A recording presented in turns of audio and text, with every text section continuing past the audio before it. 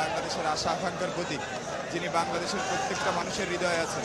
যিনার পিতা একজন বাংলাদেশের মানুষের মা মাটি ও মানুষের নেতা ছিল। তিনার মা সাবেক বারবার নির্বাচিত প্রধানমন্ত্রী ছিলেন।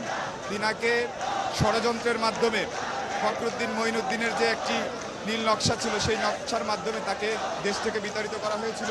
তিনি দূরে থেকেও, লন্ডনে থেকেও বাংলাদেশের মানুষের সাথে কানেক্ট ছিলেন এবং বাংলাদেশের মানুষের সাথে সার্বক্ষণিক সে যোগাযোগ রেখেছে, দলকে সুসংগঠিত রেখেছে এবং সর্বোপরি 5ই আগস্ট ছাত্র জনতার যে বিপ্লব হয়েছে, এই বিপ্লব কিন্তু তার সেই যে প্রতিজ্ঞা, বাংলাদেশের মানুষের জন্য যে ভালোবাসা, বাংলাদেশের মাতৃভূমির জন্য যে নারীর টান, সেই টানের অংশ হিসেবে কিন্তু সার্বক্ষণিক বাংলাদেশের মঙ্গলের জন্য সে চেষ্টা করেছে।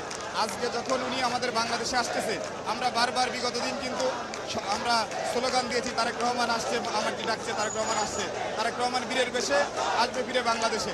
আপনারা লক্ষ্য করেছেন যে বাংলাদেশে বীরের বেশে যদি কেউ আসে, বাংলাদেশের ইতিহাসে মনে হয় এরকম দিন আর কখনো কোনো নেতার জন্য হয়নি। যারা তারেক রহমান আগামীকালকে যখন বাংলাদেশে পা দিবে, তখন আমরা দেখতে পারবো যে বাংলাদেশের মাটি থরথর করে কাঁপতে থাকবে এবং বাংলাদেশকে গ্রহণ করবে। বাংলাদেশের মানুষ ও মাটি তারেক রহমানকে গ্রহণ করবে হৃদয়ের সবটুকু ভালোবাসা দিয়ে। এবং সেই সাথে সাথে তারেক রহমান একটি জিনিস বলেছেন যে সবার আগে বাংলাদেশ, বাংলাদেশের প্রশ্নে আমরা কখনোই আপোষ করব না।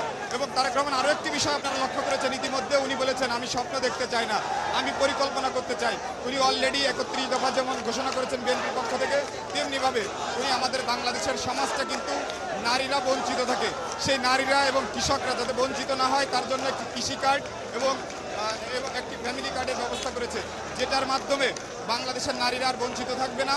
বাংলাদেশের নারীরা তারাও সমৃদ্ধশালী হবে এবং পুরুষের পাশাপাশি নারীরাও এই সমাজ গঠনের জন্য, এই রাষ্ট্র গঠনের জন্য তারা অগ্রহী ভূমিকা পালন করবে। তার জন্য একমাত্র পরিকল্পনা গ্রহণ করেছেন বাংলাদেশে, সেটি হচ্ছে দেশনায়ক জনাব তারেক রহমান। উনি শুধু পরিকল্পনায় সীমাবদ্ধ থাকেননি, আপনারা দেখেছেন দীর্ঘ 17 বছর উনি লড়াই সংগ্রামে নেতৃত্ব দিয়েছেন। আমি বাগেরহাট সদর উপজেলা ছাত্রদলের সদস্য সচিব, আমরা দেখেছি আমাদেরকেও উনি বিভিন্ন সময় নির্দেশনা দিয়েছেন যে এইখানে এই করতে হবে, এইভাবে আন্দোলন করতে হবে, এইভাবে মাঠে থাকতে হবে, ফ্যাসিস্টদের বিরুদ্ধে চোখে চাক রাঙিয়ে কথা বলতে হবে। আমরা জেল খেটেছি, মামলা খেয়েছি শুধুমাত্র ওনার সেই কথার কারণে, ওনার সেই স্বপ্ন দেখানোর কারণে। আমরা মনে করি আমাদের সেই স্বপ্ন দেখার সমাপ্তি আগামীকালকে ঘটবে এবং এই সমাপ্তির মাধ্যমে আমরা আগামীকালকে থেকে বাংলাদেশকে একটি সোনার বাংলাদেশ। আমরা আসলে শুনছিলাম আমরা একটু আরেকজনের সঙ্গে কথা বলি। আমার জেলা হচ্ছে গাইবান্ধা, আমি গাইবান্ধা থেকে আসছি আজকের এই ঐতিহাসিক এই সমাবেশে একত্রিত হওয়ার জন্য। আপনারা জানেন যে বিগত 17 বছর 14 দিন মোটামুটি তারেক রহমান দেশের বাইরে ছিলেন এবং উনি দেশের বাইরে থেকে বিএনপির মতো একটা দলকে নেতৃত্ব দিয়েছেন। আজকে আমরা এখানে একত্রিত হয়েছি, আগামীকাল নট তারেক রহমান, জিয়াউর রহমানের কর্মী, সে হচ্ছে বাংলাদেশে আসছে, যার কারণে লক্ষ কোটি মানুষ টেকনাফ থেকে তেঁতুলিয়া, গুপসা থেকে পাতুলিয়া, সর্বস্তরের জনগণ আজকে এই ঢাকার মাটিতে আসছে জনাব তারেক রহমানকে গ্রহণ করার জন্য।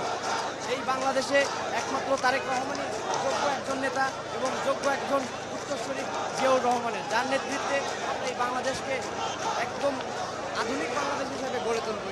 যেমনটি শুনছিলেন আসলে আমরা আরেকজনের কথা শুনতে চাই। আসসালামু আলাইকুম, আমি সিলেট জেলা, সিলেট বিভাগ জেলা থেকে আইছি। আমার উপজেলা স্বেচ্ছাসেবক দলের যুগ্ম আহ্বায়ক। আমি একমাত্র আমার জিয়াউর রহমানের সুপুত্র জনাব তারেক রহমানের আগমন উপলক্ষে এই ঐতিহাসিক মিলন মেলায় এবং বেগম খালেদা জিয়ার পুত্র তারেক রহমানের আশা আমরা দেখার জন্য আমাদের সিলেটে প্রায় 2-3 লক্ষ মানুষ আসতেছে, এখনও আসছে এবং অলরেডি এসে গেছে 2 থেকে 3 লক্ষ মানুষ। আমরা ইতিহাসের সাক্ষী হওয়ার জন্য আমরা মৌলভীবাজার জেলা স্বেচ্ছাসেবক দলের পক্ষ থেকে সবাইকে ধন্যবাদ। যেমনটি শুনছিলেন আমরা আরও কয়েকজন আপনার